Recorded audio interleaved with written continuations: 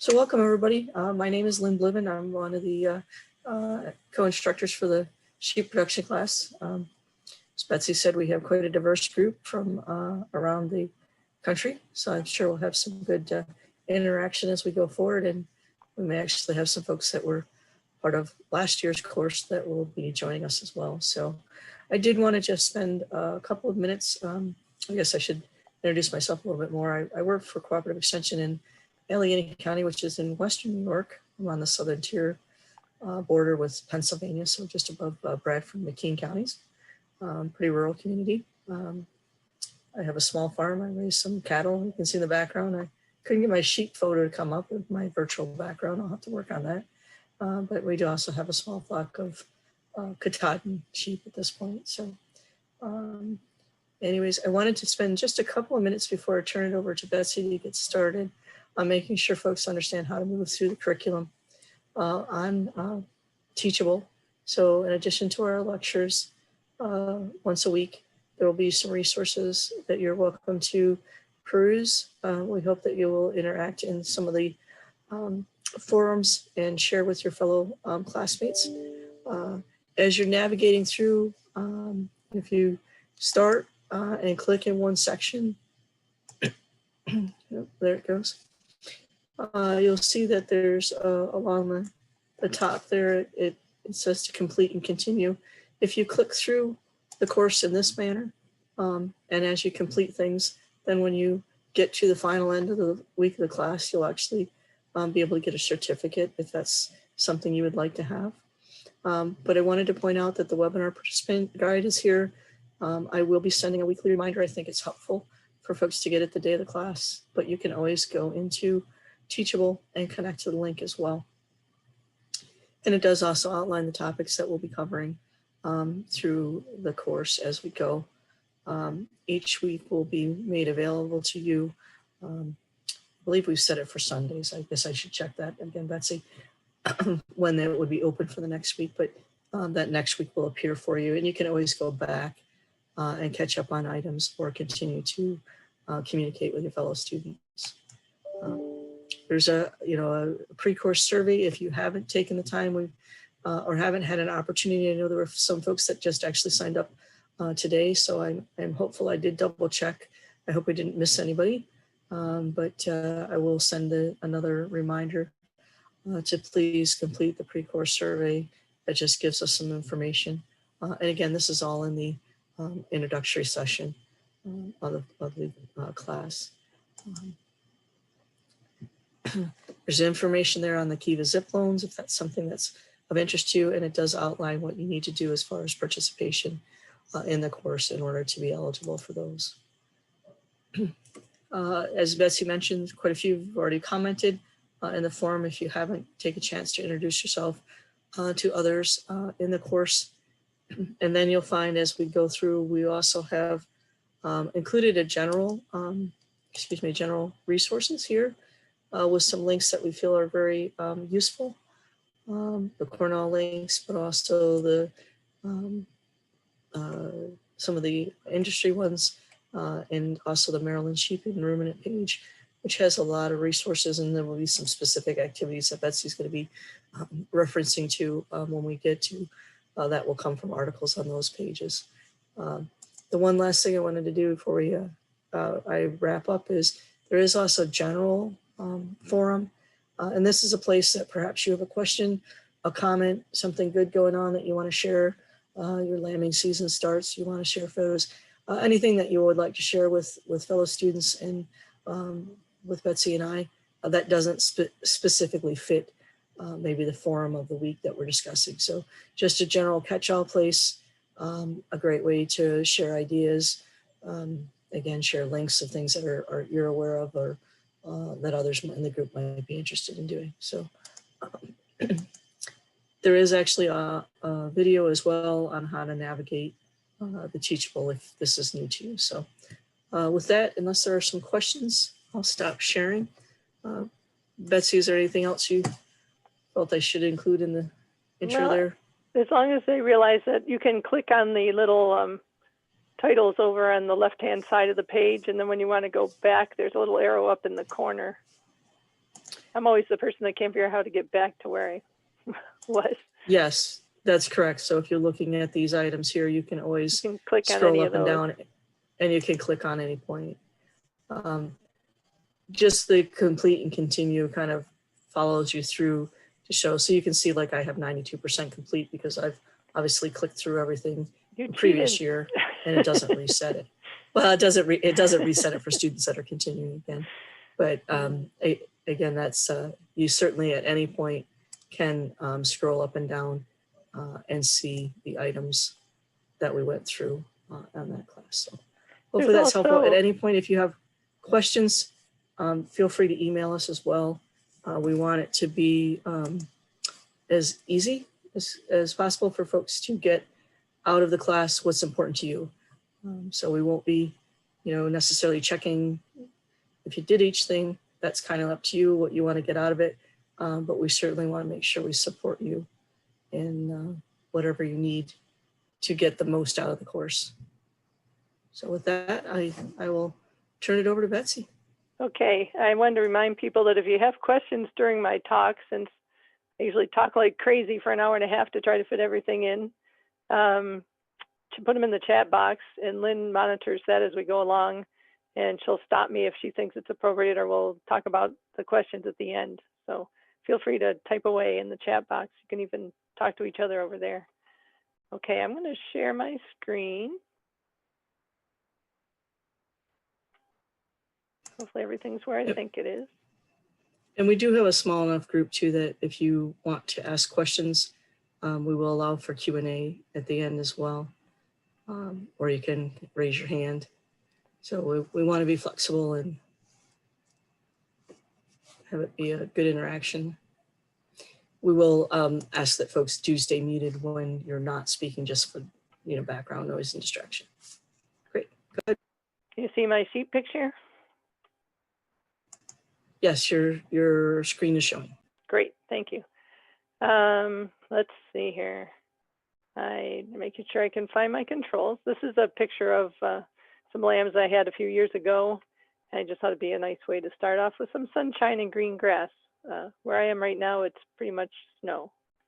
Fortunately, not too much mud, just snow. So we're going to talk tonight about sheep farm management to fit your lifestyle.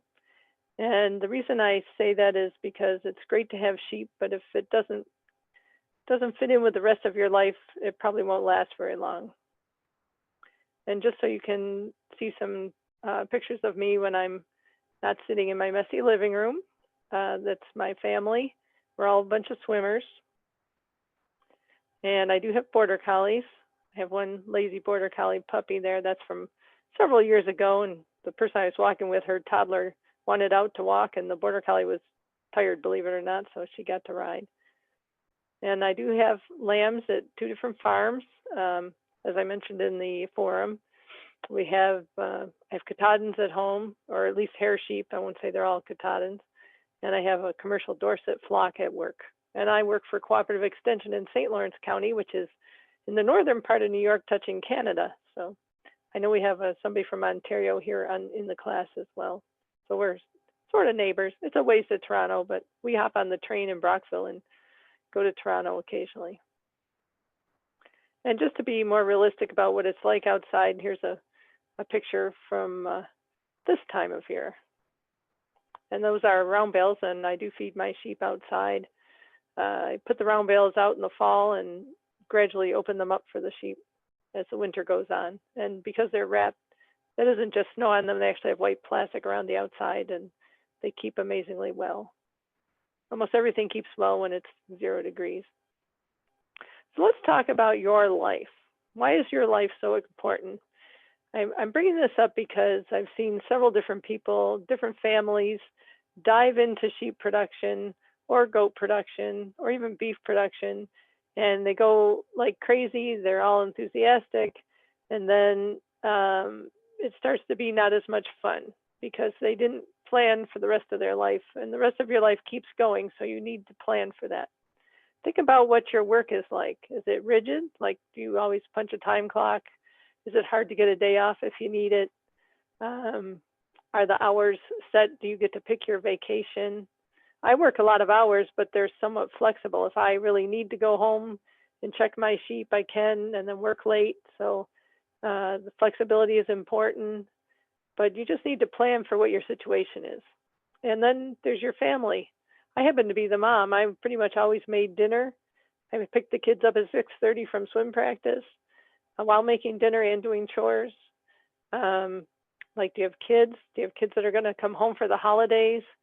One farmer, he always planned to lamb around Christmas time because December is usually fairly mild here. It's not a terrible time to lamb, and all his family was home. Well, after the first Christmas, it was really fun to be lambing at Christmas, and the next few Christmases, suddenly nobody wanted to come home for Christmas. So be careful what you plan, and think about what you really need to do on family holidays. And do you have parents? I have an 87-year-old dad in Florida, and I need to be sure that I don't get into such a big operation that if something happened to him, I couldn't hire somebody down the road to help take care of them and be able to go see him. So think about all the things in your life that you need to work around, and think about what's reasonable for your family. Now, people have sheep and goats for lots of reasons. Some people just like them out there for lawnmowers. I have a fellow that calls me every spring, and he asks me where he can get 3 or 4 lambs, and he puts them in his front yard and his backyard and his side yard, and he just enjoys watching them all summer, and then he puts them in the freezer. So you can have lawnmowers that also turn out to be family food. A lot of us have herding dogs. I don't say I have the sheep just for the herding dogs, but that's kind of a nice hobby if you have sheep to use your herding dogs. Some people actually have sheep that are just pets. A lot of people have them because they make a great family project. They're a little easier to work with than beef cattle, and less likely to run over the kids, that sort of thing. They're nice companion animals if you have a horse or bigger animals. A lot of people really enjoy showing. I was never into showing, but a lot of people do enjoy showing. It's a social thing. It's a whole different style of sheep farming than commercial, but that's okay. Some people are commercial and then have a show flock. Some people are commercial and then have a little fiber flock. So I actually think I have my sheep mostly for therapy. So now that I have a smaller flock, I've had as many as 250 and I'm down to about 22. I do find them very therapeutic, especially during COVID when everybody else was stuck in the house. I was out in the barn feeding the sheep and talking to the sheep and talking to the guard dogs and getting my therapy in the barn. I think I hit everything there. So and you can have a lot of different reasons, but think about why you want to have sheep. So sheep and goats are great because you can be really flexible on when you lamb or kid. Of course, that depends a little on your breed and your weather and your facilities, but there is flexibility there. So you don't have to lamb in March. You don't have to lamb in May. You can adjust your situation, and you can change it every year if you want to. There's lots of marketing possibilities. You can direct market to people for their freezer. You can use an auction. You want to be careful which auction you use, and we'll talk about that a little later. But that's such an easy, convenient way to market your lambs. There are private buyers that come around and will buy sheep from you directly right at your farm and hand you a wad of cash. That's also very convenient if you have a good buyer who likes what you have. You do have to have what they want at the right time of year.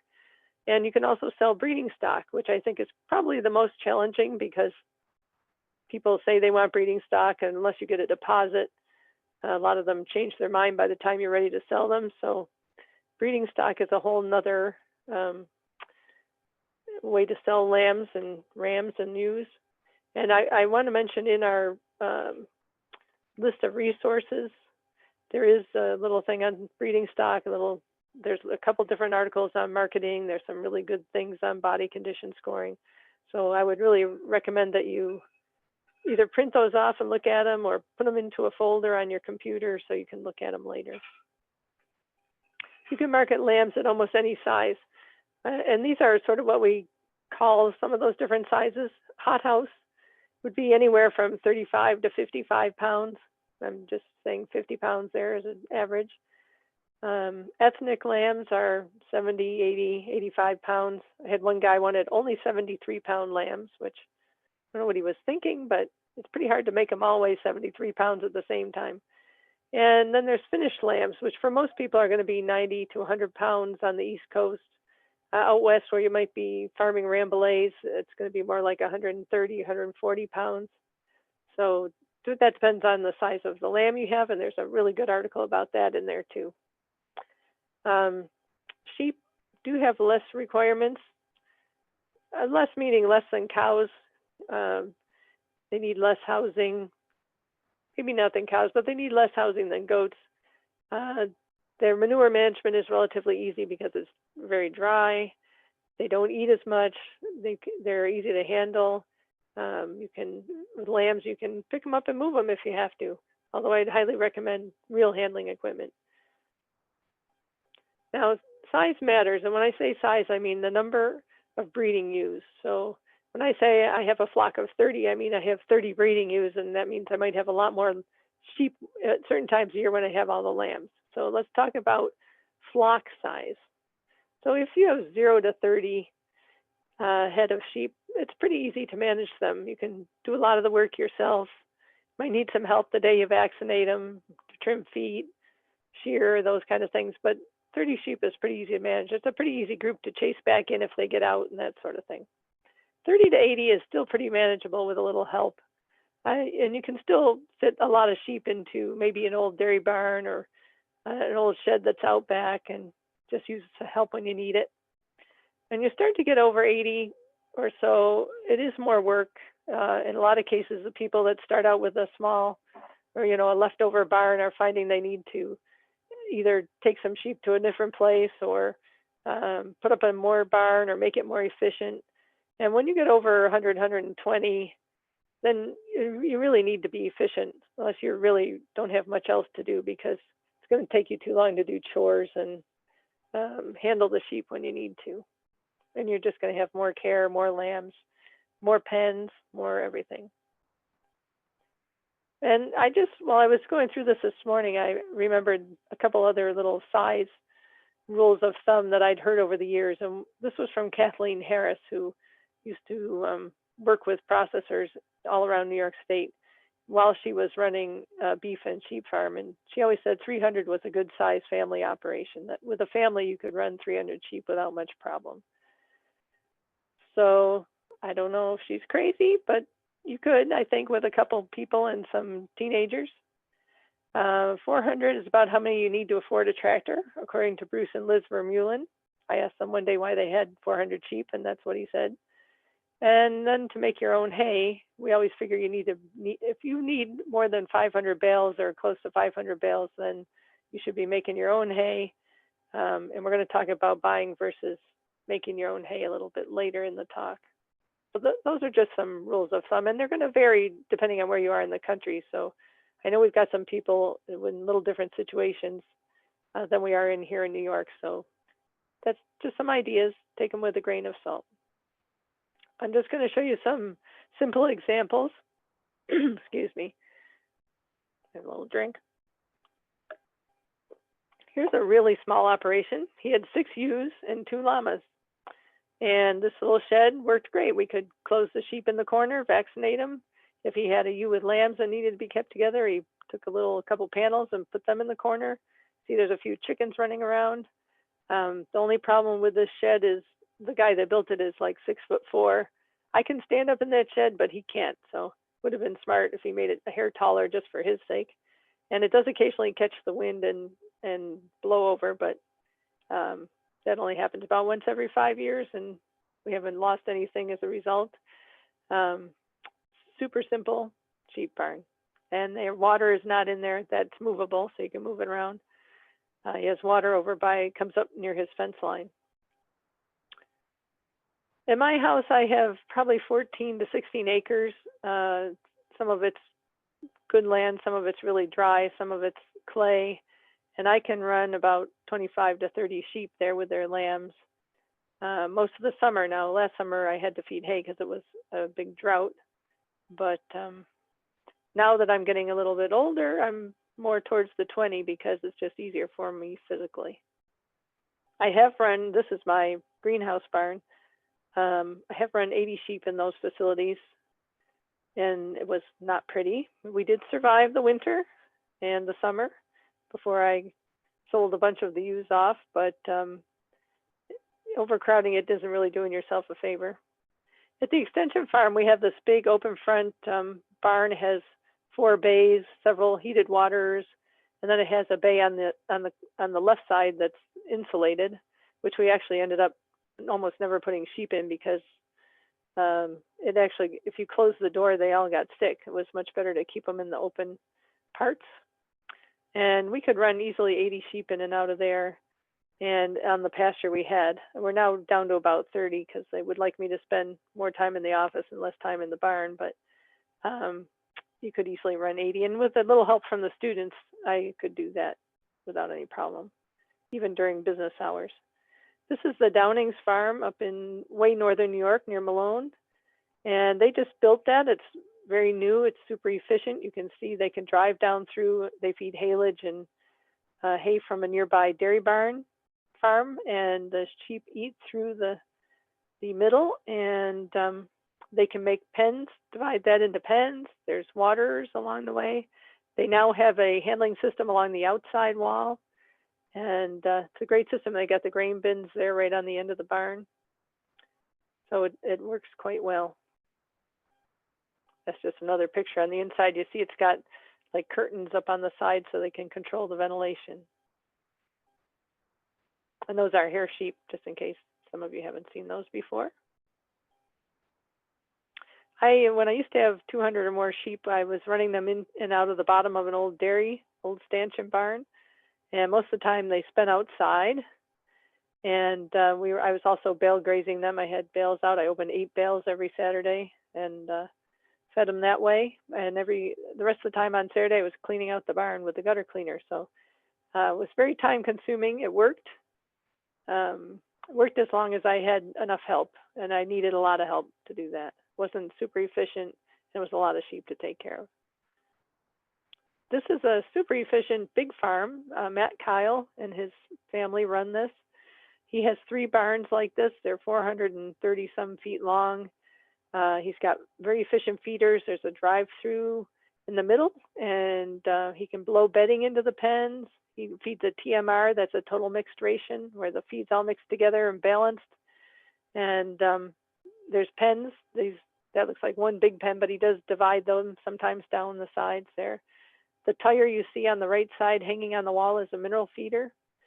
And so you can see this is also really nice ventilation. I've been there in January. This is in Western New York, so if you're wondering what the climate's like there, he has about everything you can imagine. Really fun place to visit if you ever get a chance.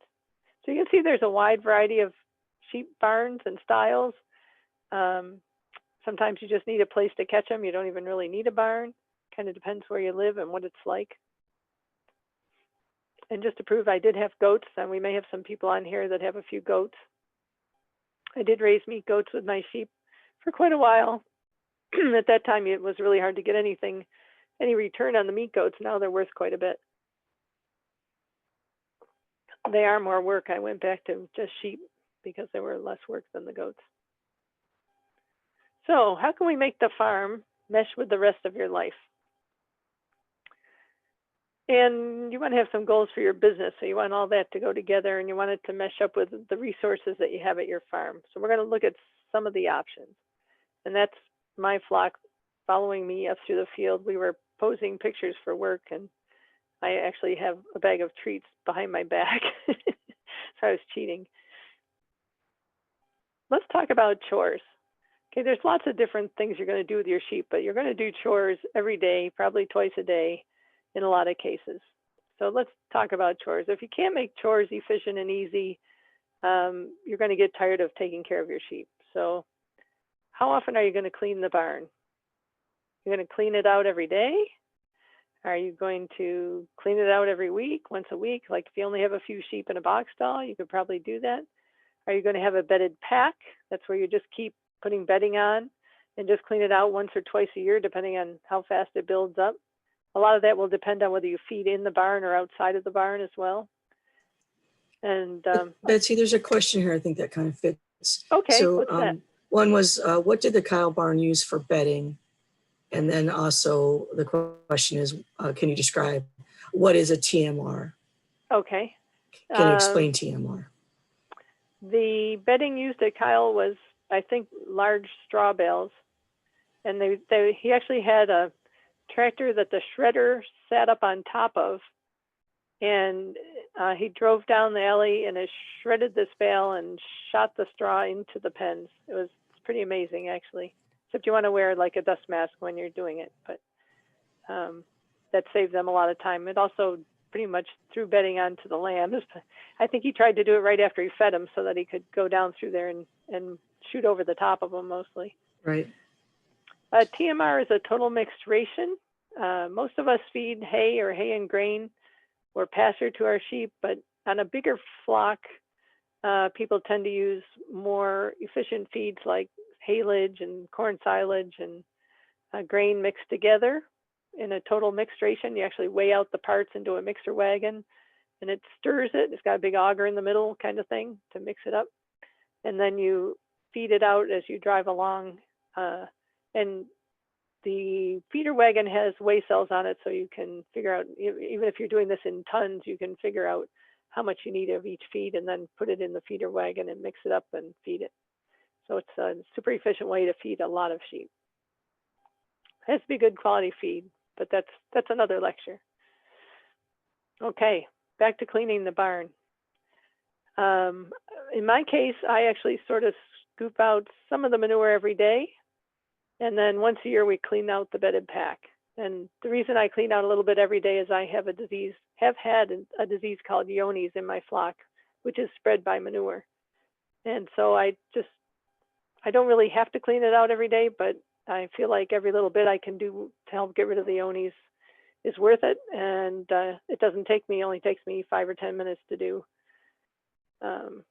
So you can do any of those things, but you do want to think about how you're going to do it and what are you going to bed with if you need bedding. So is it going to be a 1-hour job, a 10-minute job, or an all-day job? Your chores. I can do my morning chores in 15 to 20 minutes. When I hear the guy on the radio say it's 7:43, I know I got to finish up quick, get in the car, and get to work by 8. In the evening, I can do them in 15 minutes, but I tend to hang out there and putter around and do a few of the extra things that I can't do in the morning. So think about how long chores are going to take. You can always make them take longer, but make sure you have efficient chores for when you're trying to work your other jobs, since most of us have another job too. And then think about things like, can you feed from outside the pen? Now, I don't know how many of you have walked into a pen of sheep with a 5-gallon pail with some grain in it, but you pretty much get mobbed and you can't move. And if they're wool sheep, you feel like you've been Velcroed together and they can take you right down. So if you can figure out a way, if you need to feed grain, if there's a way to feed them from outside the pen, that really helps. And I'll show you some pictures in a minute. Are you going to use round bales or square bales? And that has to do with your storage area, your equipment. Are you going to have equipment or not? I have no equipment, but I have a friend with a tractor, which is lucky. Several friends with tractors. So it's going to depend on your situation. Are you going to pasture in the summer? Are you going to pasture everything and buy all your hay? You're going to pasture some of it and make some hay? Are you going to feed your animals year-round in like a feedlot? So there's lots of different ways. So you need to think about all these things. And I love this picture. I saw this at an Amish farm. They originally had 3 sheep. This is their sheep tractor version of a chicken tractor. And they slide that around a couple times a day. It's a little overcrowded now, but it has water and minerals.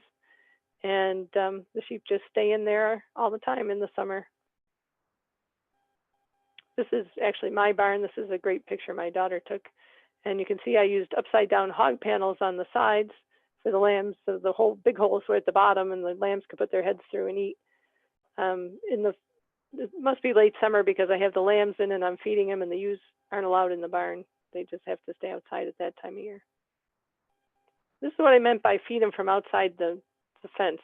Now, these are all examples on a really small farm, but the same principles apply on a big farm. I can throw the grain over the top of the fence and down that feeder, and that way they can eat without mobbing me. Same here in the barn. I can walk up and down the middle. I used to just have a big pen and I had to carry the hay in and put it in the feeders, and I had to have like an airlock where I had a little pen where you walked in, shut the gate behind you, and then opened the gate to go in with the bale, square bale or whatever I had to feed them with. And I switched it around and made an alley for me in the middle, and I even have a hay cart. And let me tell you, it's so much easier. Again, this is sort of a posed picture because we were doing marketing photos for work. So you'll have to, if it looks a little set up, it is. Now, probably the other most important thing is deciding when you're going to lamb and how often. And you might try one thing one year and something the next year, or adjust it the next year. And it's a good idea to keep some notes in a spiral notebook as you're lambing, so that you don't do the same thing next year. You go, oh, wasn't that bad? Or I really should try this, but no, I don't think so. And then if you look at your notes from last year, you'll go, yeah, now I know why I wanted to do that. So there's lots of things you can do. You can lamb once a year at all different times, early, late, in the fall, even if you have the right kind of sheep. You can lamb 3 times in 2 years on a rotation. And you can use the star system, which is actually you lamb 5 times during the year, and each you would lamb 5 times in 3 years. It's a little trickier to keep track of, but and a little harder on the ewes than the 3 time in 2 years. But we'll talk about that in a minute. You can also lamb a couple different times, say twice a year, but not at the same time, and not with the same ewes as lambed the first time. So we used to lamb most of our sheep in the spring, and we lambed like 5 or 10 in the fall, because at the cooperative extension farm, we're an educational place, and we like to have lambs all the time so that we can show them to the different groups that come to the farm. So some things to remember: sheep gestation is about 5 months, 149 days or something around there. Depends a little on your sheep. You can control the breeding time. You should control the breeding time, and therefore you need to control your ram.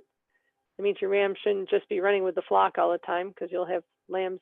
You won't know when to expect the lambs, and your lambs will be all different sizes, and you won't be able to group them up and feed them and that sort of thing. So try to control your breeding time and plan ahead. I've been to several farms where I've gone and the people have the ram running with the sheep, and they have no idea when they're going to lamb, and they don't really have room in their barn, and they all lamb in January, and they have a major disaster on their hands. So plan ahead. Put your ram in when you want lambs 5 months later. And that means you may need a place to keep your rams in different groups that you're breeding, because you don't really want to breed a ram back to his daughters, or at least not a lot of the time. So you may need different groups. You may need to separate your sheep into different groups for breeding. So those are some things to think about. So let's talk about once a year lambing. It's simple. You don't need to keep a ram year round, because you're going to use them once, maybe once next year. I always recommend for people with a small flock to talk to somebody that's got the kind of sheep you want back in the spring when they're lambing, so that all those lambs don't disappear at Easter time or over the summer. And then when you need a ram in the fall, they're all gone. But if you can get them to keep you a ram lamb, use them in the fall and then sell them at the Christmas sale, or put them in your freezer. That way you don't have to have a ram in your barn. Rams are dangerous. I've ended up in the hospital, so don't think they can hurt you. So if you don't need to keep one around, that's great. If you do, keep them in their own pen, separate from everybody else. It's okay if they can see the other sheep, but you don't really want them mixed together all the time. Pick your time by controlling the ram or buck, and you want to coordinate with your job, your family obligations, and the market. Sometimes those don't all jibe perfectly, so you got to compromise. And then how are you going to use your resources? Like, do you have a barn you could lamb in the winter? It's pretty dark in January, at least around here. And so even make sure if you have lights in your barn, that makes a difference. When does your grass show up? We get grass anywhere from May 1st to May 15th. Sometimes it's that late. I once started rotational grazing on April 19th, but that was a real fluke. So think about when you're going to give grass, whether you can use your barn, how big is your barn, can you see when you're in there in the winter, that sort of thing. And so you want a time for your market, excuse me, or maybe you want to show lambs, so you want to lamb early, so you've got nice big lambs for the fair in the summer, or for your resources like your grass. If your flock or herd is large, you may want to spread it out by breeding 100 for 1 month, 100 for the next month, that sort of thing. And you can do that by grouping them up and putting the rams in. I wouldn't necessarily mix them together after they lamb for a little while, because the older lambs will sometimes take advantage of the ewes with new babies, or they'll make the new babies sick because they're experienced lambs and they are carrying around things that they're now immune to, but the little lambs are not. So you can do it, but you may want to keep them separate for a little while. And I have down there more than about 145 lambs at once as chaos, mostly because I've experienced that a few times. If you have more than that many in a group. So sometimes if you have a big flock, it's nice to spread out the lambing to different times over the year, or to separate them into lambing groups of sheep so that you don't have too many in one spot at one time, especially if you're doing it mostly by yourself.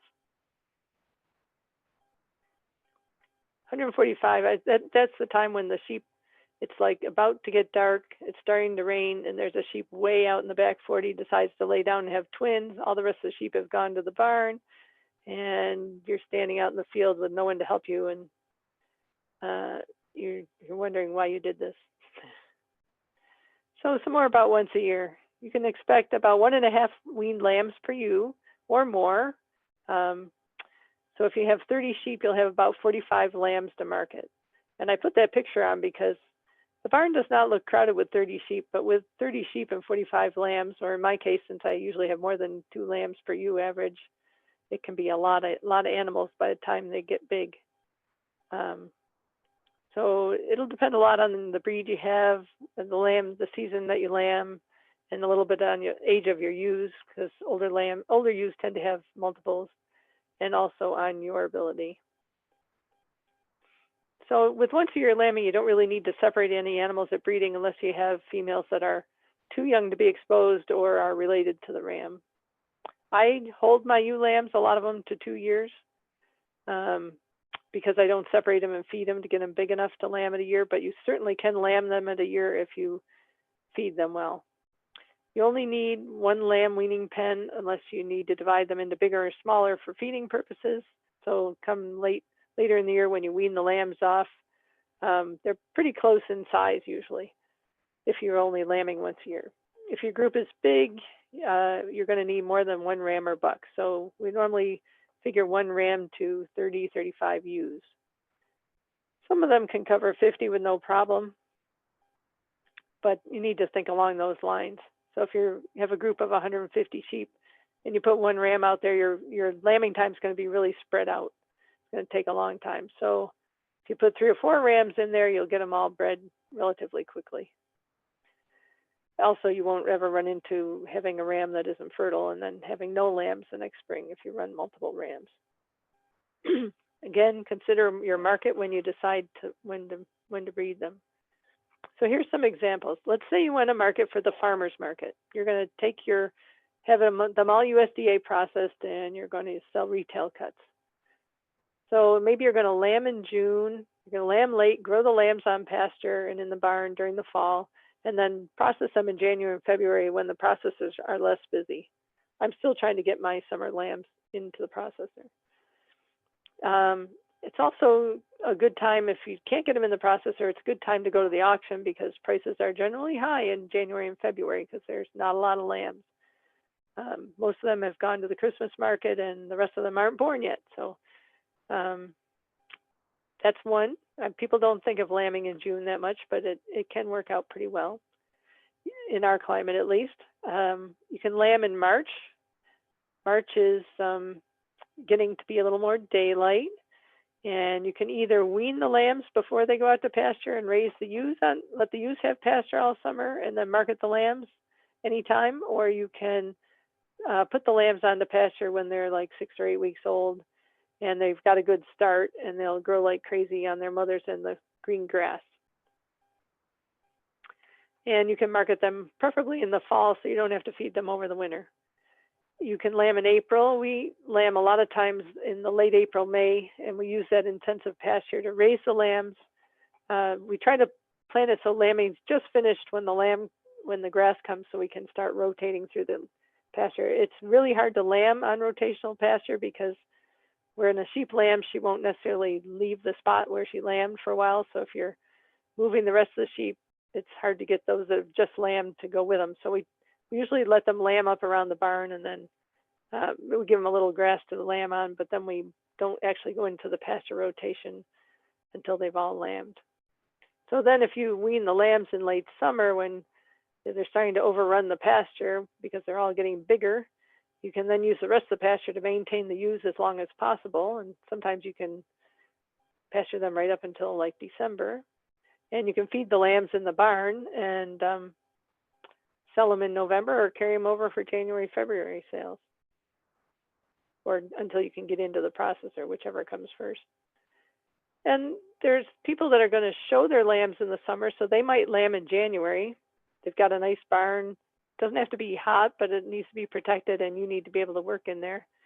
They raise their lambs mostly inside, and they either sell them or start pasturing them in May.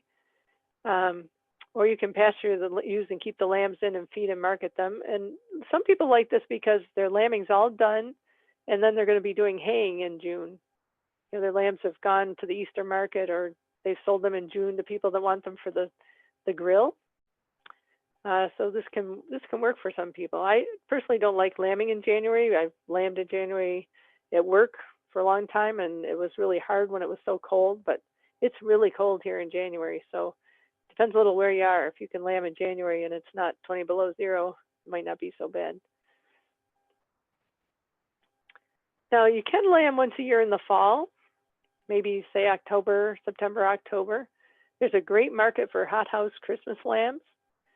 But I need to warn you that not all sheep will reliably lamb in the fall, especially younger ones. So if you're expanding your flock, it's really hard. You'll have a lot of young sheep, and it'll be hard to lamb everybody in the fall. And you really need to carefully select your genetics if you're going to lamb everybody in the fall. I did it once. I had a really good bunch of ewes. I saw the opportunity, and I did it. And the ewes are super healthy. They've been on pasture all summer, and the lambs come out super vigorous. You get a few less multiples, but yeah, I guess I wouldn't recommend it as an everyday kind of a way to do your sheep, but you might have a situation where that would work for you. And there are things you can do to encourage them to lamb in the fall, controlling the daylight and that sort of thing, or the light in your barn. Can't really control the daylight. And there are cedars and things you can use. We'll talk about those later in the course to bring them into heat. And I think I sort of talked about this earlier. With a large spring lambing flock, you could lamb one group in March, one in April, one in May to spread out the lambing and the labor in the facilities, but don't mix those groups till they've gotten a little bigger. And I talked to a fellow that did this downstate in New York, and he ran all the ewes on pasture. He lambed on pasture, but he only had, I think he had like 80 in each pasture. And they sort of stayed together, and they had their own rotations, and that's just kept him from going crazy during lambing. Now, what we call accelerated lambing or kidding means lambing more than once in a year. So sheep are capable of this, or most sheep are, and it's a great way to increase production without having more ewes. So you can keep the same number of ewes, get more lambs, but you don't get something for nothing. It requires more inputs, like especially good quality feed. It's more like a high-producing dairy cow when you start lambing more than once in the year. They need housing because you're going to be lambing at all different times of the year, like in January or February or March, and it's going to be more labor because there's a lot of lambing going on. It does give you the animals to market more than once a year, which is kind of nice on your budget. And it works really well with hothouse lambs. If you have a good market for hothouse lambs, then, excuse me, I need to drink. There we go. If you have a good market for hothouse lambs, then these accelerated lambing programs work really well because you're moving the lambs out pretty soon after weaning. You don't have to feed them for a long time. And also, remember I was talking about ewe lambs, you can either lamb them at a year or 2 years if you're on once a year program. But on the accelerated program, you can sometimes get them to lamb at 15 months or 18 months old, which is really ideal. So there's a lot of advantages to it if you can handle it. It's not necessarily an easy thing to do while maintaining another job. So the one that I see most used by big commercial flocks, including the one that I showed you with 5,000 ewes, is 3 times in 2 years. So they lamb every 8 months, say January. Well, you would lamb in January and then September and then May, but you'd be lambing in January, May, and September because you'll have sheep that are on all points of the triangle, sort of. Could also do December, April, August if you didn't want to do January, May, September. So each ewe lambs every 8 months, but you have babies every 4 months. And usually you have 2 groups of sheep going is how this works. It's sort of hard to picture. It's a little more flexible and a little easier on the ewes than the star system. And in the 3 time in 2 years, they'll use lamb every 240 days. And in the star system, it's every 219 days. And that makes a big difference on their udder because you're weaning them very soon on the star system. So this is the 3 time in 2 years. You have 2 groups of sheep, the white ones and the green ones here, that are being bred and lambing at those particular months. It does, like I say, you'll have those groups of lambs going out all year round, and it does give you a pretty steady income. Now the star system, you actually lamb or kid 5 times during the year. The ewes lamb 5 times in 3 years, or every 219 days, but you actually have lambs born every 73 days. I think Brian McGee at Cornell sat down and figured this all out. It's very labor intense, but then you have less lambs at each lambing, so it is intense, but you're not lambing all of the sheep at the same time. It is a little harder on the ewe's udder because you're weaning the lambs, some of them actually closer to 7 weeks, and feeding them. Usually you creep feed and then you wean them and feed them. And the ewes go into the breeding pen, and some of them, if you have really milky ewes, like we do at Extension, it's hard on their udders. It's good for markets that want small lambs or kids. That would be the hothouse market I was talking about. That would be probably more likely if you're in the Northeast. There's a good market for hothouse lambs, even at the auction. And it is a little bit of a challenge to keep the points of the star even. And what I mean by that is if there's 5 times to lamb, sheep lamb more naturally in the spring, so you tend to get a lot of sheep lambing in January or March and not as many in the fall. And you need to control that by how many days you put the ram in each time. So I'm going to show you the star chart, and I don't think I can explain it that easily without being able to point as much as I would like, but basically you can see the different lambing times. See if I can use my cursor here. Lambing January 1st, March 15th. That ewe is lambing, then she's lactating, then she's weaned, and then she's bred. And then she lambs in October. So you could follow a ewe around whole points of the star. And basically all you do is put the ram in and out on the right days, and it all just happens. Now for fall, I put the lamb in a few longer days. So when we're breeding in the spring for fall lambing, and then when you're putting the lamb in the fall for spring lambing, you shorten it up a little to try to keep your numbers even. And it's challenging. It takes a lot of management. It's pretty amazing when it works. So both systems only require 2 ewe pens, a breeding pen and a lambing pen. They may be big pens, but they're pens. Both systems require good feed year-round. Both systems mean having lambs to feed most of the time. So it's best if you have a market, say, for small lambs, or at least a steady market. You can use pasture in both of these systems. I normally would put the ewes that are not with lambs out there, but you could do either if you've got the right kind of fencing and guard dogs. Both systems mean less time that the ewes are on maintenance. So once I've weaned my lambs off in, say, August, they're pretty much on maintenance till they lamb again in May. And so for some of us with tough winters, that's actually not a bad thing because we can get by with minimal chores and no fancy feeding, just some good feed. In terms of economics, it's probably better to have less time on maintenance and produce more lambs. I just wanted to talk a little bit about seasonality because You can't do either of these systems if you have seasonal breeders. And certain breeds are more seasonal than others. Dorsets are known for being able to breed out of season. Tunis will some. Finns will some. The hair sheep are pretty good at breeding out of season as well. But you also want to remember that your rams are affected as well. So sometimes it's not the ewe's fault, it's the ram's fault. And you can try cedars, which I can't remember what cedar stands for exactly, but it's basically an insert that goes in the vagina of the sheep and releases hormones. And then when you take the cedar out 5 days later, she'll generally come into heat. And so you can control it a little bit that way. I've never had to do that, but I know people that do. And you can also do photoperiod control in your barn and sort of fool them into thinking it's the other season. And there's whole papers and research on that if you want to try that. I mentioned it can cause uneven lamb numbers per lambing, and you can control that by how long the ram or buck is in for that breeding. It's also affected by the age of your ewes, because older ones lamb out of season a lot easier. So remember the economics. You don't just get more lambs, it takes more inputs. And you can work through a lot of this with a pencil and paper or the spreadsheet.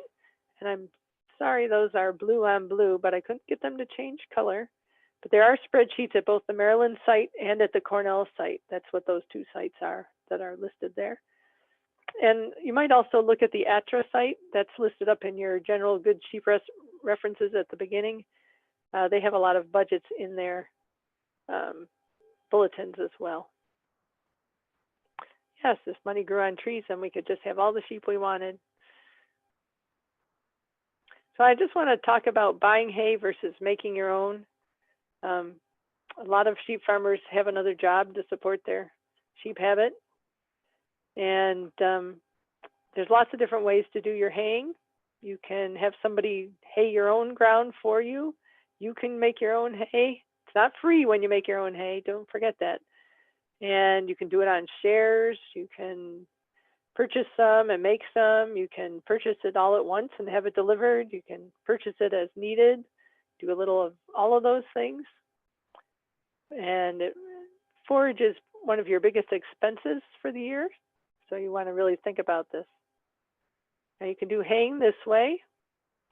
I like that one with the big rig of horses there. That looks challenging. Or maybe those are mules, but what a setup. Maybe you have a former dairy and you have some big equipment and balers, so you're not having to buy all new equipment. It's pretty hard to afford new equipment with 30 sheep to do haying. So maybe you have somebody in the neighborhood that's retired that likes to do haying. There's lots of different situations. This is how I like to do my haying. I don't like to have to think about it. Luckily, I live in an area that's rich in forages. Has a lot of retired farmers that are making hay and storing hay and selling hay that are reliable. And so I can take it easy and have somebody else make my hay. Why would you want to buy your hay? So let's say maybe you have limited resources for hay production. And I have quite a bit of land, but it wouldn't make very good hay. It would be pretty hard to drive over. So in my case, it's better to maximize the pasture. And many sheep farms do this, even big sheep farms maximize their pasture. Even the farm that has 5,000 sheep, he doesn't make his own feed. He buys it from a dairy farm and he concentrates on managing the sheep. He gets a lot less labor, a lot less equipment to deal with, and he can buy it at what he feels is a reasonable price. So a lot of us are at work when we should be haying. We aren't necessarily flexible enough. Where I live, you get very few windows to make hay in June, a couple of days in a row of nice weather. This past June, I don't think it rained the whole month and you'd be fine, but that's pretty unusual. So if you don't have that flexibility, most of us are at work when we're haying. It does take labor. Round bales are a little less, but unless you get them off the field right away, they're not going to be worth much to your sheep. So there is labor involved, making them, raking them, cutting, raking, baling, moving them in. If you have access to a reliable hay source, that's another good reason to buy. You may have limited storage area, you may be maximizing your barn for sheep, or it just might not be conducive to the type of hay you can buy in your area. Like large square bales are great, but if you don't have a place to store them, it won't help you. So you may not be making enough hay to justify the equipment. If you're starting with new equipment, you need to be making somewhere in the area of 500 round bales. And I have seen people that actually make hay, sell their hay, use the money to buy better hay for their sheep. So like I say, there's lots of variations. Think about what's the best use of your time. Don't assume that you need to make your own hay. In my case, I don't know how to fix equipment. I seem to have a knack for causing electrical problems in equipment. So the less equipment I have, the better. I'm more like the shovel, wheelbarrow type person. But some people are good at that, and that's what they like about the farm, so that's worth considering too. So why would you make your own hay? Maybe you already own the equipment, or you can use equipment for other operations. Like some of the farmers I know are also doing construction. They have a lot of equipment. They can justify a tractor because they use it in their construction business as well. Maybe you have extra land, or your farm is next to your parents and they've got extra land. And you can even market the extra hay. Maybe you have a flexible schedule. And maybe you do not have the option to buy hay like I am lucky enough to have here, or get custom work done. Custom work means somebody else comes in and does your haying for you. If you hire someone to custom make your hay. And usually they do their own hay first and then do your hay. So your hay quality might not be as good as you want. So let's talk about planning ahead here. How much hay do you actually need? So this is just a real basic rule of thumb. If you figured 5 pounds of hay per animal, per ewe, times the number of days that you're going to feed hay.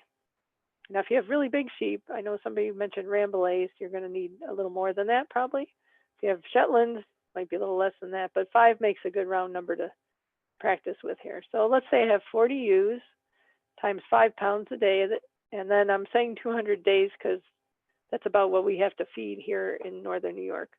And it also works out to a really nice round 20 tons. Or 50, I buy 800-pound round bales. They come in, a lot of them are 400 or 500 pounds. Mine are 800 pounds. So that would be 50 bales of hay, plus a few for the lambs when they're in the barn getting fed out. So I estimated 60 bales, and I pay $60 a bale. There's no wastage on these bales, and he delivers them for that price. So that's $3,600 for all my hay delivered. Comes to $150 a ton, or 7.5 cents per pound. A lot of people would say that's high for hay, but they need to take into account the wastage they have. If I bought square bales, and I can buy some really nice square bales. Some of them were so nice I had to limit feed them. If I bought 20 tons of square bales, I weighed a bunch. They were average 42 pounds. They were $5 a piece, delivered in my barn while I was swimming in the pool. It comes to $47.62. And I didn't need to buy any grain. That was kind of nice. That's $238 a ton delivered and 12 cents a pound. So it's quite a bit more for square bales in general. And then if I added hay for the lambs, that was almost $6,000. So if you go, I'm going to go see if I can go back here. Yep. So that was $3,600 versus almost $6,000. So you need to sort of pencil through and see what the situation is in your place. And let's talk about some of the marketing options, because this is going to make a big difference on when you actually decide to lamb and raise your lambs. So for most people, if you're weaning them at 2 to 3 months, they're going to range from 40 to 65 or 70 pounds if you're doing a good job on grazing. And then if you're really going to feed out the lambs, it's going to be more like 6 months that you're going to have them. So keep that in mind. So direct marketing. Direct marketing is a great way to control the price you can get.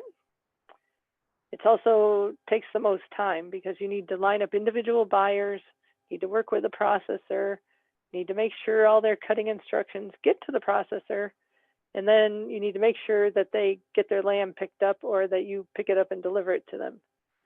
You can also do some direct marketing at the farmer's market.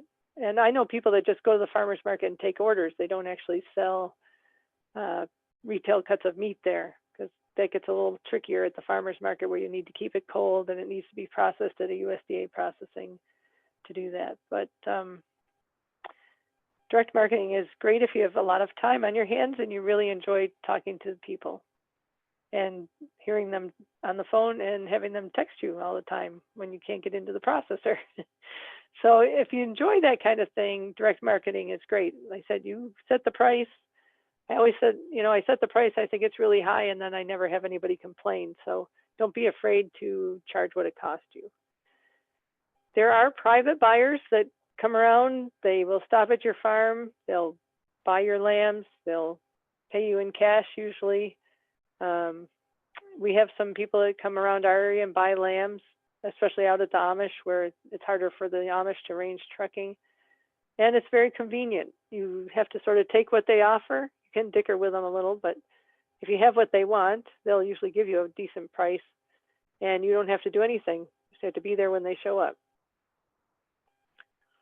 There are auction options. Now in the Northeast, our terminal market is New Holland, Pennsylvania. So if I sell lamb here at my local auction, there's a good chance a trucker will buy it along with a bunch of other animals and truck them to New Holland and sell them at the New Holland sale. So a bunch of us get together and we organize truckloads of our lambs to New Holland.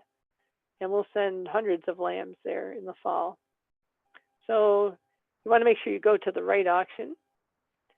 And you need to plan your timing and which auction you use. There's holidays when lambs are more in demand. There's times of year like right now when there's less lambs at the auction and they really need lambs, and you'll get a better price. So when prices are up, when the supply is down, right? So think about that. You may need scrapie tags. Most of the states now require your animals to have scrapie tags when they go through the auction. And every state's a little different. In New York State, you order them through Albany Ag and Markets. And I can't remember if we have the scrapie tag form in the resources, but I can maybe put that in there, at least for the people from New York. Your Ag and Markets, your state vet or regional vet that works with your state Ag and Markets could answer that question for you in the other states. But most of you would have to put in a scrapie tag when you sell a lamb. You can also sell breeding stock. It's time consuming. You need to have decent records to back up what you're claiming. You should have a healthy flock. You don't really want to be selling people yonis, which is how I ended up with yonis, or foot rot or anything like that. If your sheep aren't perfect, I wouldn't sell them for breeding stock. You should have good records. You'll have a lot of people interested compared to the number of people that actually show up and want lambs. So I usually ask for a deposit if it's not a person that I know well.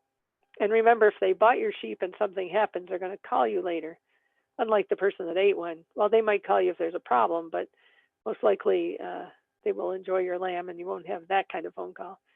So breeding stock can be frustrating to sell. And occasionally I've had somebody come to buy breeding stock that I didn't feel was going to be a safe or good home for my sheep. And so it was a very awkward situation of not wanting to actually sell them the breeding stock. So just to warn you, it can be a lot of fun and very rewarding, especially if you're selling purebred animals, but it can also be a very challenging group to work with. Betsy, I'm just going to chime in quick. The Sure. Scrabies tag information we do have in the course. I think it's week 5 or 6. Okay. Where that link appears. But also there was a question here about any tips for connecting with private buyers.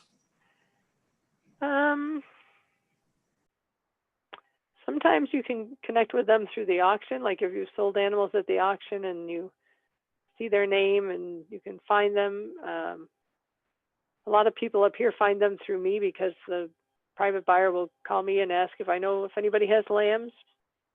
And it's not a very formal way of finding them. It's pretty much word of mouth. And different buyers have different reputations depending on how well they pay and how reliably they pay. Most of the ones that are in business very long are reliable and do pay a decent amount. So that could be a challenge. maybe ask around some other sheep producers and keep your ears open. Sometimes the slaughterhouse knows these things as well, because the guy that comes and buys lambs around here uses our local slaughterhouse. And so he drops things off at the slaughterhouse, buys lambs all the way home, sells lambs directly off his farm to people who actually, some of them slaughter them there at his farm. So yeah, I guess there isn't a real specific way to find private buyers except to sort of ask around and look around and keep your ears open. So if we're pricing, let's say you're offering direct market pricing, and I mean, ideally you'd have a budget and you'd figure out what it costs you per lamb, and we will talk about that later in the course. But a good place to start is with the New Holland price, at least in the Northeast, since that's sort of our final market, and there's buyers for everything there, you know, little tiny lambs, great big lambs, skinny lambs, fat lambs, all kinds, hair lambs, wool lambs. And then you need to add your costs like delivery, trucking, advertising, picking up and dropping off. And sometimes I actually, when I'm figuring out the price, I take the price off. There is a cost to going to the auction because the lambs do shrink as much as 15%. So let's say I send an 80-pound lamb and I might get paid for 68-pound lambs because they do shrink. That's the contents of their digestive tract and some dehydration. And the buyers like them shrunk. They like to pay for shrunk lambs. They'll actually pay a little more per pound for shrunk lambs. But there's the cost of trucking. I figure it costs me 25 cents a pound to send lambs to New Holland. So you might want to take that off your initial price that you're basing your other prices on. Consider the market and what it can bear. Like, take a look in the grocery store and see what lamb is going for there. It varies a lot from week to week, by the way, so keep an eye on it. Go to the farmer's market and pretend to buy lamb from other people. Go online, look online, like at Meat Suite, and see what other people are charging for lamb. Depends what farmer's market you're at. Up around us, if you're at the Malone farmer's market, things need to be priced a little lower. If you're at the Keene farmer's market, which is a lot of people that come from the city and have places out in the fancy places out in the country, you can charge a lot. They really appreciate your good lamb. They like to hear your story, and you can charge an amazing amount for lamb chops, and they don't care at all, and they'll buy them anyways. So I think the thing that farmers tend to underprice themselves, so don't be afraid to charge what it's worth. And every cut, if you're selling cuts of lamb, they don't all have to be the same price, right? Your lamb chops might be $12.99 a pound.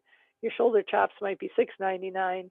Your ground lamb might be $7 a pound. You can vary with the type of cut as well.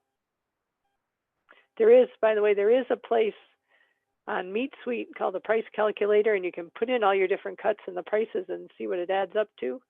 See if it all makes sense in the end. It's a lot of work, but it is really an interesting exercise. And Meat Suite is MEAT, and then Suite like SWITE, Meat Suite. And that's a web page that was developed by one of our extension educators in Tompkins County. Now, how do you find the New Holland prices? First, you go to the Cornell sheep page on the internet, and that's listed up in your, I think, in the very first part of your general sheep resources that we like. Scroll down past the pictures, and across the top is the written part. There'll be some choices, and click on links, and then click on Monday New Holland prices, and they're usually out by Tuesday morning, or definitely by Tuesday evening, unless it's a really big sale. Then sometimes they sell the goats Monday and the sheep Tuesday, and the prices aren't out till Wednesday, like at Christmas time or Easter. So this is what it looks like. This is the top of the page. And you can see it's a USDA reporter. And if you look in the first section there, it says total receipts. That means the number of animals. And so the sheep lambs is 2,610, and the goats are 935. And that's kind of unusual to see that few goats and that many sheep. They're usually more equal. And there's usually between 3,000 to 5,000 there. You can see there were 7,000 the week before. And that just gives you a comparison. That happens to be a January listings, so there aren't a lot of information from last year. And underneath that is the different prices. So if you look on the left, it says the number of head, and there's actually more sheep there than are listed here, but these are examples. There's the weight range, and then where it says Wool and Shorn Choice 1 and 2, those are the nicest fed lambs generally, should get the best price. So there's some average weights. You can see it's the Northeast. We tend to sell lambs on the small side because that's our market, the ethnic market and the hothouse market. You can see the price range. The average price, say, for 50-pound lambs was $3.11.06. So that's per hundredweight. So it's actually $3.11 a pound. And we're under dressing where it says average. Those are average lambs. Once in a while, you'll see it'll say fancy or something special or something like that. That means those were extra nice looking lambs. So these are high prices because it's January and there aren't many lambs there, and they're in pretty good demand. It's going to be very interesting this spring because Easter, Orthodox Easter, Ramadan, and the end of Ramadan all fall in April and early May. So all the lambs, big lamb market at that time of year, which is a tough time of year for those of us that live where it's really cold. We don't really have lambs in April. Our lambs are just being born. Good year for people that can lamb in December and January. So as this goes down, wool shorn, they now separate the hair breeds down below. And you can see they were getting a little less per pound, but they were also bigger lambs. So the head is over on the left, weight range, average weight, price range, average price, and these were all average as well. So this all comes up, it goes on, and it tells you what price. I don't think I have it on here. Nope. So it tells you for ewes, hair ewes, it'll tell you for bucks, and down below that are the goat prices. And the goat prices are by the head, and the sheep prices are by the hundredweight. So just move the decimal over. So where it says 241.82 is the average price, it's really $2.41 or almost 42 cents a pound. That's the price at the auction. Then you have to take off your commission, trucking, shrink, which comes to about 25 cents a pound. Now, you need to think about what's right for your situation. And sometimes it's worth taking a little less to have the convenience of more time when you're marketing. Sometimes you need to have less animals until you have more time, or until your kids get a little bigger, or until you have a little more land or a little more space. And I don't know, the computer actually inserted the little pictures here, so I'm not sure why we have a rat in that picture. It's always good to have less rats. Sometimes you need more animals to make it worth the time and use your resources wisely. So while it's sometimes better to have less, sometimes it's better to have more. Again, depends. You really need to think through your situation, and you may have to try it and then make adjustments. Don't be afraid to do that. Sometimes it's worth paying a little more for good hay to save your barn cleaning and your time. You need to weigh out what works for you. And I have had really good luck having people help me, either people in the neighborhood, friends who enjoy being outside. I have students from the local colleges. Some of them are taking veterinary science technology, and they need experience with large animals. It's good if you know how to text, because that's how they communicate. And they don't come with a lot of experience, but a lot of them are very interested. And if you explain as you go, they can turn out to be good help. Don't forget to let them pet the guard dogs, enjoy the bottle lambs, pet the cats. I mean, that's what makes it more fun for all of us. Some tricks are to have things ready when they get there. Make sure you have enough tools for everybody. It's good to have some extra gloves, hats, water bottles. Cookies are always good.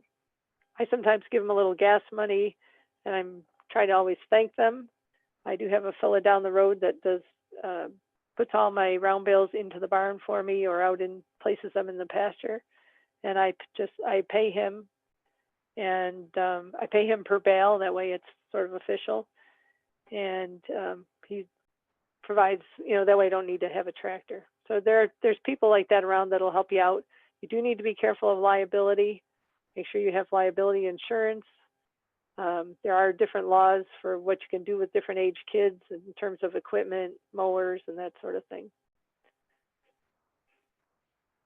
This is my daughter. This is how I bribed her to help me. She loved the guard dogs. And we did have 4 guard dogs. I actually still have most of these dogs. I have them split up on different farms though now.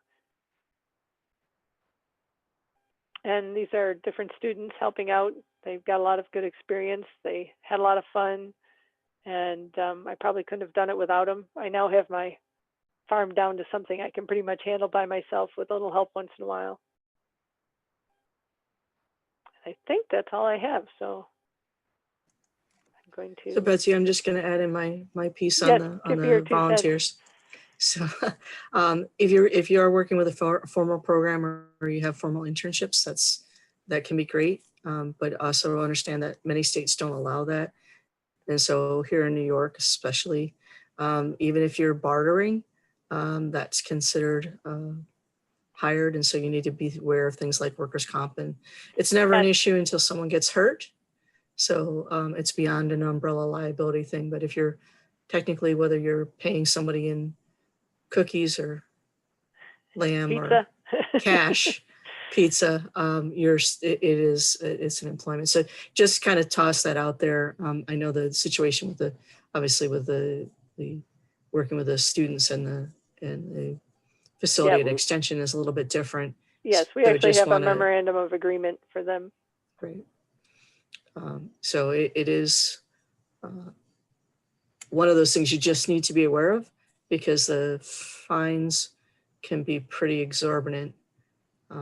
And unfortunately, we don't yet have a good way for officially doing internships unless it's through, again, like a formal educational institution. So and there are some of those, like we've had students from Cobleskill, Morrisville. Sometimes you can have a student from a college help you if it's through one of their programs.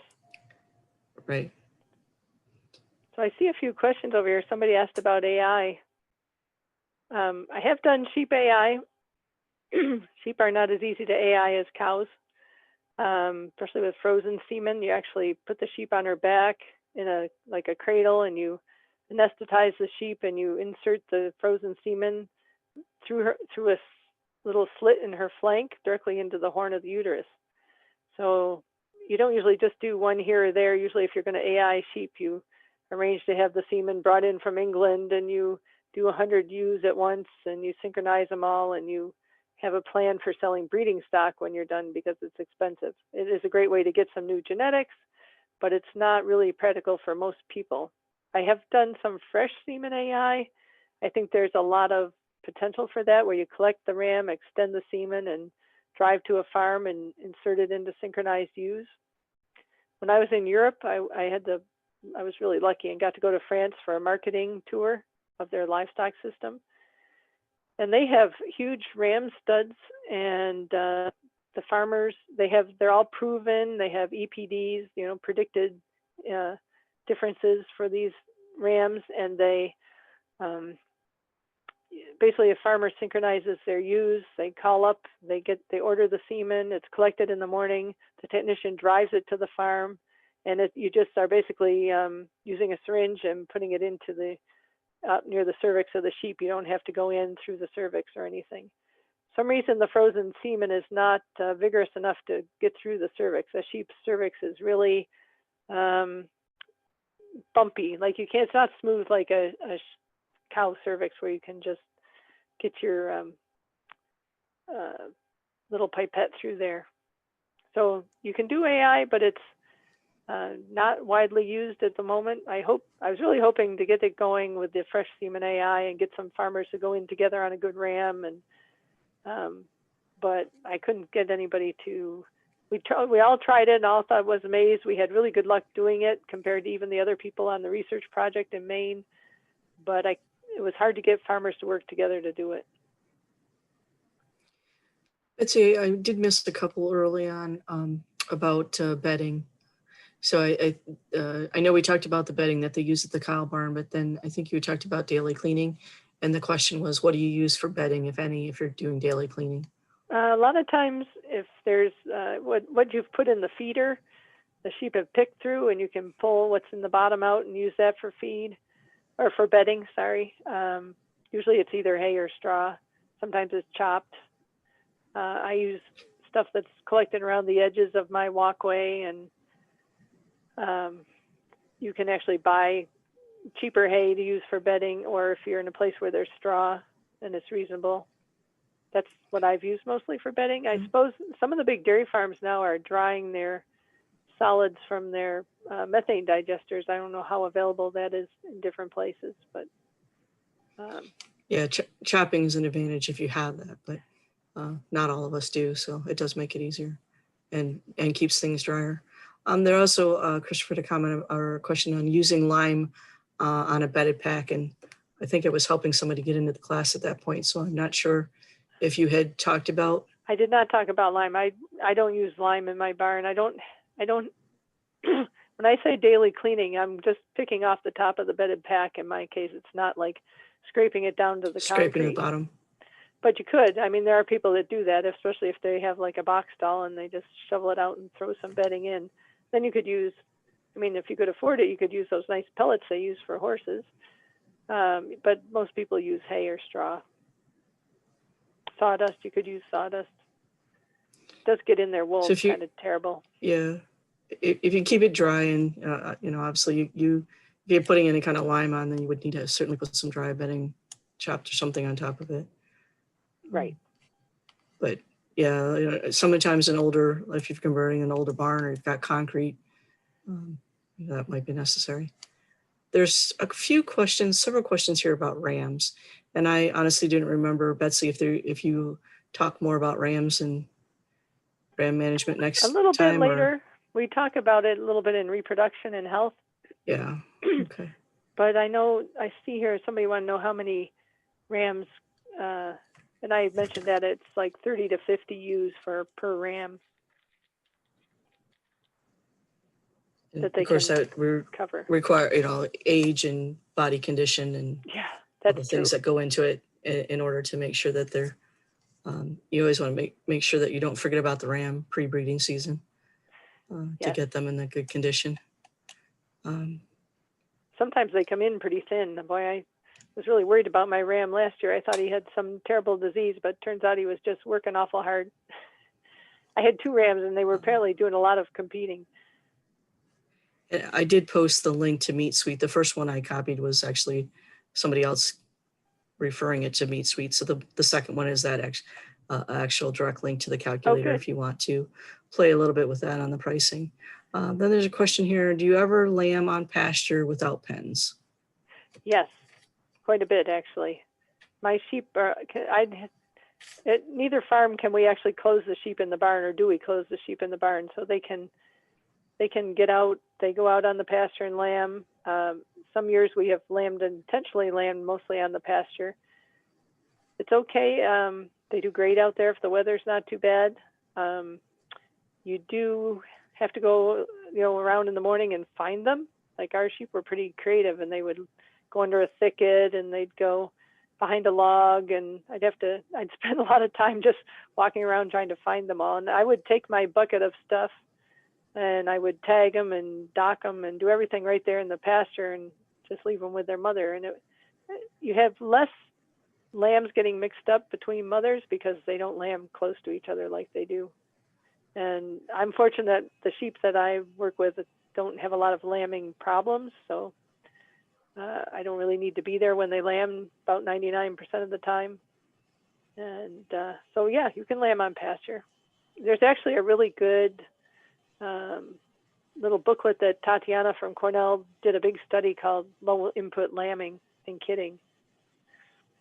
I'll have to find the link for that.